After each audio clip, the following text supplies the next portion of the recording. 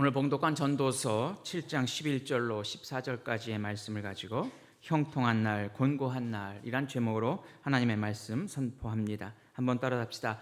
형통한 날, 곤고한 날. 그리스 신화에 스틱스라고 하는 강이 있습니다. 그 강을 건너면 이생과 저생을 가르는 강이었습니다. 그 강을 건너기 위해서는 배를 타고 건넜습니다. 하루는 남자가 그 배를 타고 강을 건너는데 뱃사공이 이 남자에게 이야기합니다. 이제 이 강을 건너면 저 세상으로 가는데 저 호수의 물을 마시면 그 지나간 모든 괴로움을 말끔히 잊어버리게 됩니다. 마시겠습니까? 이 남자가 곰곰이 들어보니까 모든 괴로운 고통의 기억들이 사라진다니까 너무나도 좋아서 마시겠다고 이야기합니다. 그러자 뱃사공이 그런데 한 가지 괴로운 일만이 아니라 기쁘고 즐거웠고 행복한 기억들도 있게 됩니다. 그러자 순간 이 남자는 고민에 빠지게 됩니다. 괴로움을 잊어버리면 모두 행복할 것 같았는데 그 행복하고 즐거웠던 기억마저도 잊어버린다면 과연 호수물을 마실 필요가 있을까? 결국 이 남자는 물을 마시는 것을 거절했다고 합니다. 우리의 인생의 삶은 끊임없이 형통과 기쁨과 즐거움을 소망하며 살아갑니다. 그러나 우리의 인생의 결과를 돌아보면 기쁘고 즐겁고 행복한 순간들만 있는 것이 아니라 오히려 곤고하고 고통스럽고 힘들고 어려운 기억들이 우리 속에 더 많이 있는 것을 보게 됩니다. 어찌 그렇게 행복함을 추구하면서 소망하는데 우리의 삶에는 왜 그렇게 고통스럽고 곤고한 기억들과 추억들이 남게 되는 것일까요?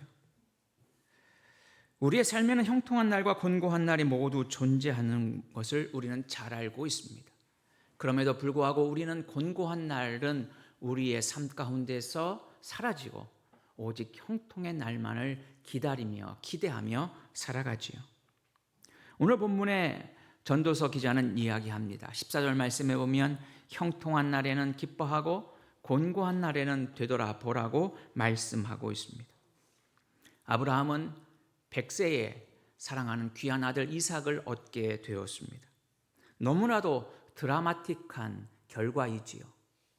불가능한 상황에서 아들을 얻게 되었습니다. 이제는 더 이상 슬픔이 없고 기쁨만 있을 것 같았습니다. 그러나 이스마엘이 이삭을 학대합니다. 할 수 없이 아브라함은 이스마엘과 하갈을 내어 쫓게 되지요. 이제 고통이 사라지고 즐겁고 행복한 순간만 있을 것 같은데 하나님께서는 청천벽력 같은 말씀을 하십니다. 아들 이삭을 하나님께 바치라는 것이죠. 그렇게 곤고한 날의 기억들이 사라지고 행복하고 즐거운 날들이 연속될 것 같았는데 그러나 그에게는 너무나도 큰 시련과 아픔이 그 앞에 놓여 있게 됩니다. 인생의 삶이라는 것은 끊임없이 행복한 날 그리고 형통의 날 또한 곤고하고 지치고 힘들고 어려운 날들의 연속인 것을 보게 됩니다. 우리의 신앙생활도 마찬가지입니다. 여러 번의 고비를 넘기면 뭔가 좋은 일이 있을 것 같은데 그 좋은 순간은 잠시고 오히려 더 어렵고 힘든 순간들이 놓여 있는 것을 보게 되지요. 믿음으로 모든 인생의 매듭들을 잘 풀어가면 평안과 안식이 찾아올 것만 같고 하나님이 주시는 복이 넘칠 것 같은데 오히려 평안과 안식보다는 시련과 고통과 절망의 순간들이 내 앞에 놓여 있는 것을 보게 됩니다. 오늘 본문의 전도서는 형통한 날이 하나님이 주시는 축복인 것을 강조하고 있습니다.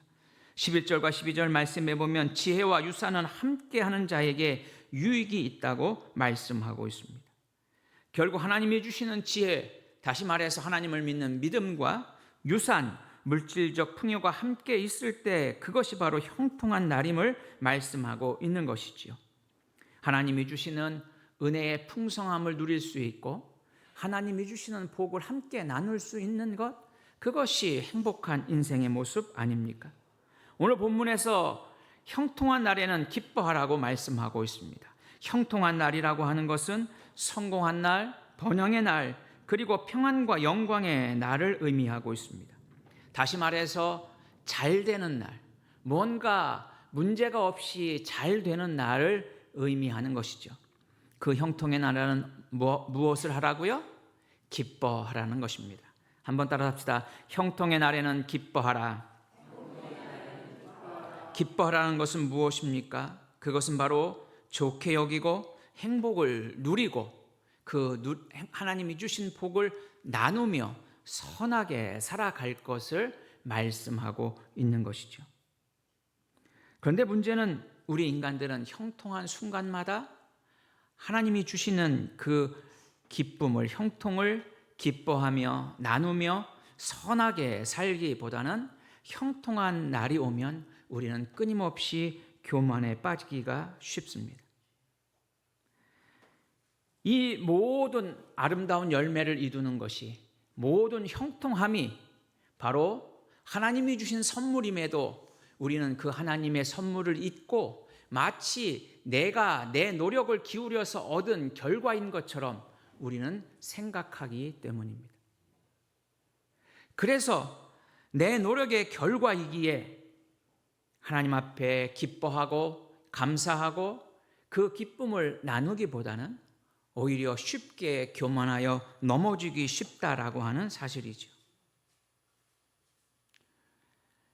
여러분들은 형통한 삶을 만나는 순간, 기쁨의 순간을 만나는 순간, 여러분들은 어떤 삶을 살아가고 있습니까? 형통한 삶을 유지하기 위해서 해야 할 것은 바로 하나님의 말씀에 순종하고 하나님만을 의지할 때 가능하게 됩니다. 신명기 29장 9절 말씀에 보면 너희는 이 언약의 말씀을 지켜 행하라. 그리하면 너희의 하는 모든 일이 형통하리라고 말씀하고 있습니다. 여호수아 1장 8절에도 이 율법책을 내 입에서 떠나지 말게 하며 주야로 그것을 묵상하여 그 가운데 기록한 대로 다 지켜 행하라. 그리하면 내 길이 평탄하게 될 것이라. 내가 형통하리라 말씀하셨습니다. 바로 우리가 형통할 수 있는 길은 하나님의 말씀에 순종하고 하나님의 말씀을 따라 살아갈 때 형통하게 되는 것이죠. 내가 얻은 결과가 아니라 전적인 하나님의 은혜와 하나님의 선하신 선물이라고 하는 것입니다. 그러므로 우리는 그 형통의 날 기뻐하고 그리고 그 형통을 함께 나누는 은혜의 삶을 살아갈 수 있어야 한다라고 하는 것이지요. 그런 이야기 있잖아요. 죽을 병이 걸려서 병원에 갔습니다. 기도합니다. 첫 번째 기도는 이겁니다. 하나님 저 살려주시기만 하면 하나님 말씀대로 순종하며 열심히 살겠습니다. 수술이 잘 되고 치료가 잘 됐습니다. 그러자 두 번째 기도를 합니다. 하나님, 좋은 의사 선생님을 만나게 해주셔서 감사합니다. 그리고는 건강한 모습으로 퇴원합니다. 퇴원할 때는 이렇게 이야기합니다. 기도도 잊어버리고, 그래, 내가 좋은 병원을 선택했지. 내가 이 병원에 갔기 때문에 내가 건강을 회복했다라고 생각하는 것이지요. 곤고한 순간, 절망의 순간에 하나님을 찾지만 우리가 형통의 순간에는 하나님을 찾고 하나님의 말씀에 귀를 기울이기보다는 내 생각과 내 뜻대로 삶을 살아가고 있는 것이 오늘 우리의 모습인 것을 보게 됩니다. 그러므로 우리는 하나님 앞에 형통한 순간마다 겸손하며 하나님 앞에 감사하며 또 모든 것이 하나님의 선물임을 믿고 우리는 믿음으로 살아가는 우리의 복된 삶이 되어야 될 줄로 믿습니다. 우리가 좋은 시대를 만났으면 또한 언제든지 좋지 못한 곤고한 시간들이 있음을 우리는 기억해야 합니다. 오늘 14절 말씀에 보면 곤고한 날에는 되돌아보라고 말씀하고 있습니다. 곤고한다라고 하는 것은 곤란하고 괴로움을 이야기합니다. 일이 뒤틀려 있는 경우입니다. 곤고한 날이란 환난의 날이고 실패의 날이고 불행의 날을 의미합니다. 고통과 슬픔이 지배하는 순간을 이야기하는 것이죠. 여러분들에게 있어서 곤고한 날은 어떤 순간이었습니까? 하나님께서 우리에게 곤고한 날을 주시는 두 가지 이유가 있습니다. 그 첫 번째는 우리를 훈련시키기 위해서입니다. 내가 곤고한 것은 하나님께서 우리를 연단시키시고 우리가 하나님께 더 가까이 가는 믿음의 삶을 살아가기를 원하셔서 때로는 우리에게 곤고한 날을 허락하십니다. 또한 우리에게 곤고한 날이 허락되는 것은 우리가 하나님 앞에 죄를 범했기 때문입니다. 이스라엘 백성들은 끊임없이 하나님의 말씀을 떠나고 불순종함으로 하나님의 진노의 대상이 될 수밖에 없었습니다. 이스라엘 백성들이 그렇게 곤고한 인생을 살아갈 수밖에 없었던 이유는 그들이 하나님의 말씀을 떠났기 때문입니다. 죄를 범했기 때문입니다. 대부분의 사람들은 곤고한 날에 쉽게 포기하거나 좌절하기 쉽습니다. 그 곤고한 날에 하나님께서는 오늘 본문 14절 말씀을 통해서 우리에게 말씀하십니다. 곤고한 날에는 되돌아보라는 것입니다. 한번 따라서 합시다. 곤고한 날에는 되돌아보라. 되돌아본다라고 하는 것은 무엇입니까? 관찰하다, 생각하다, 그리고 심사숙고해서 생각할 것을 말하는 뜻입니다. 다시 말해서 고난의 의미와 그리고 그 원인과 그 이유와 그리고 그 고난의 가치를 잘 살펴보라는 말씀이지요. 왜 곤고한 날이 닥쳤으면 우리의 삶을 되돌아보라고 말씀하셨을까요? 곤고함이라고 하는 것은 다시 말해서 곤고한 상황에 닥쳤을 때 우리의 모습은 앞이 깜깜하다는 것이죠. 앞이 보이지 않는다는 것입니다. 곤고한 날, 실패의 날, 절망의 순간은 앞이 보이지 않는 거예요. 앞이 보이지 않기 때문에 뒤를 돌아보라는 것입니다. 뒤를 돌아보면 이제 알 수가 있습니다.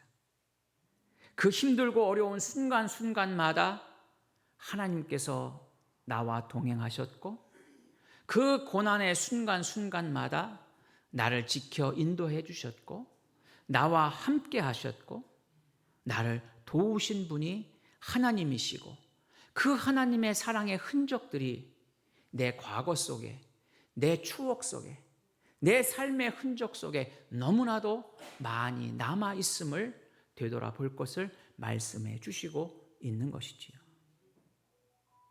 곤고한 날 우리가 뒤를 돌아보아야 하는 것은 바로 우리의 삶 가운데 역사하셨던 그 하나님의 놀라운 은혜의 순간들을 기억하기를 원하시고 계시다라고 하는 것입니다. 병원에 가면, 병원에 입원해 보면 많은 것을 생각하게 됩니다.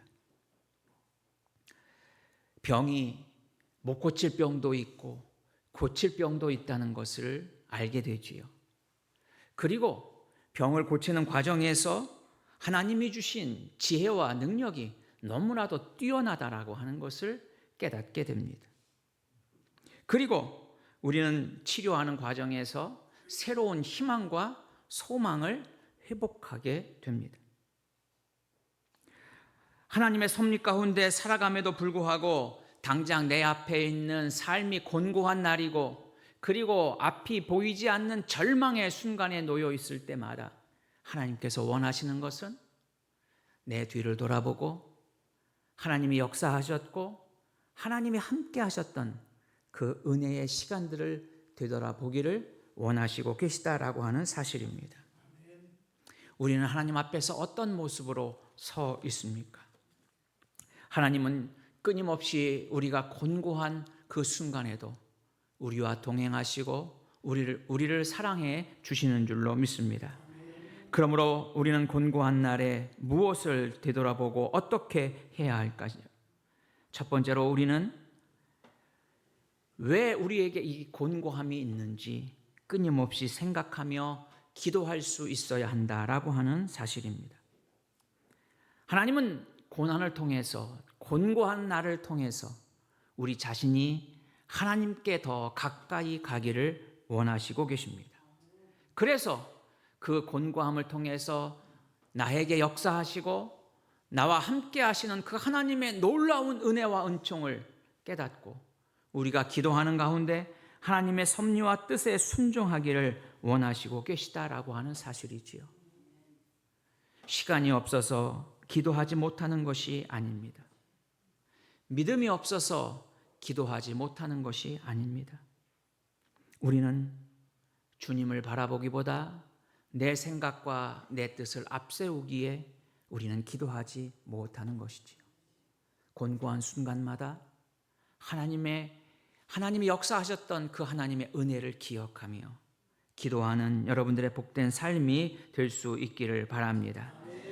곤고함이 올 때 우리가 또한 해야 할 일은 바로 하나님을 더욱 의지하는 일입니다.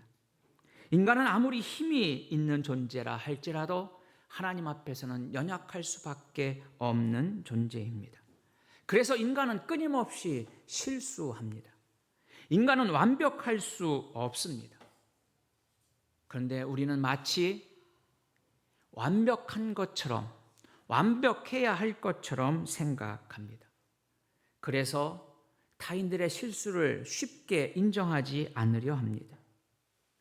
그러나 우리는 하나님 앞에서 실수투성이인 존재입니다. 사람들 앞에서 부족하고 연약한 존재입니다. 내가 모든 것을 할 수 있는 것처럼, 내가 완벽한 것처럼, 내가 모든 능력이 있는 것처럼 살아가려면 얼마나 힘들겠습니까? 그래서 우리는 곤고한 삶의 상황에 놓일 수밖에 없습니다. 그 곤고한 순간마다 내 힘을 의지하고 내 생각을 의지하는 것이 아니라 전적인 하나님을 의지하고 하나님의 능력을 힘입는 여러분들의 복된 믿음의 삶이 될 수 있기를 바랍니다. 하나님께서는 오늘 14절 말씀에 형통한 날과 곤고한 날을 병행해서 주신다고 말씀하십니다. 이 두 가지를 하나님이 병행하게 하셨다라고 하는 것이지요. 여러분, 우리나라에서 제일 빠른 기차는 KTX죠? 그 빠른 기차가 300km 이상으로 어떻게 그 열차가 달릴 수 있을까요? 여러 가지 이유가 있겠지만, 그러나 열차가 쾌속으로 달릴 수 있는 것은 레일 위를 달리기 때문입니다. 그런데 그 레일은 가도 만나지 않습니다. 하나님은 때로는 우리의 삶에 형통한 날에 레일을 허락하시고 곤고한 날에 레일을 허락해 주셨습니다. 그런데 우리는 곤고한 날의 레일은 걷어치우고 형통한 날의 레일 위에서만 달리기를 원합니다. 열차가 달릴 수 있을까요? 달릴 수 없습니다. 하나님께서는 형통한 날과 곤고한 날을 병행하도록 우리에게 허락해 주셨습니다. 그렇다면 우리는 형통한 날에는 하나님께 감사하고 기뻐하고 곤고한 날에는 하나님의 은혜를 되돌아보며 하나님 의지하고 기도하는 가운데 새로운 소망과 기쁨으로 한 걸음 한 걸음 나아가는 우리의 삶이 되어야 될 줄로 믿습니다. 하나님은 형통의 날과 곤고한 날이라는 두 가지 시를 가지고 우리의 인생을 아름다운 수로 엮어내고 계십니다. 지난 과거에도 그랬고 앞으로도 하나님께서는 이 두 가지를 병행케 하시면서 우리의 인생에 아름다운 수를 놓고 계십니다. 우리 인간의 성공과 실패는 하나님이 주신 형통과 곤고를 어떻게 받아들이냐에 따라서 결정된다라고 하는 것이죠. 형통의 날에는 기뻐하고 하나님께 감사하며 그 기쁨을 행복으로 누리며 사용하며 헌신하며 살아가는 여러분들의 믿음의 삶이 될 수 있기를 바랍니다. 잘 된다고 계속 잘 될 것이라고 자만하지 말고, 형통하다고 모든 것이 다 이루어진 것처럼 교만하지 않고, 오히려 곤고한 날이 올 수도 있으니 그 곤고한 날을 대비하는 지혜가 여러분 가운데 있기를 소망합니다. 곤고한 날에는 어디서 잘못되었는지 우리의 원인을, 그리고 우리의 잘못을 찾고 회개하며 하나님 우리의 삶 가운데서 역사하셨던 그 놀라운 은혜와 사랑을 깨닫고 하나님이 주시는 새 힘과 능력을 힘입어서 날마다 믿음으로 한 걸음 한 걸음 더 나아가고, 그리고 형통의 날과 고난의 날이 우리의 삶의 두 레일이 되어서 하나님을 향해서, 하나님의 선하시고 온전한 뜻을 향해서 한 걸음 한 걸음 나아가는 여러분들의 복된 삶이 될 수 있기를 바랍니다. 잘 안 된다고 없다고 낙심하지 말고, 끝장이구나 원망하지 말고, 곤고한 자들에게 머지않아 연단이 끝난 후에 또다시 형통의 삶을 주시리라고 하는 하나님의 놀라운 계획 가운데 믿음으로 승리하는 여러분들의 복된 한 주간의 삶이 될 수 있기를 주의 이름으로 축원해 드립니다. 기도합시다. 참 좋으신 아버지 하나님, 감사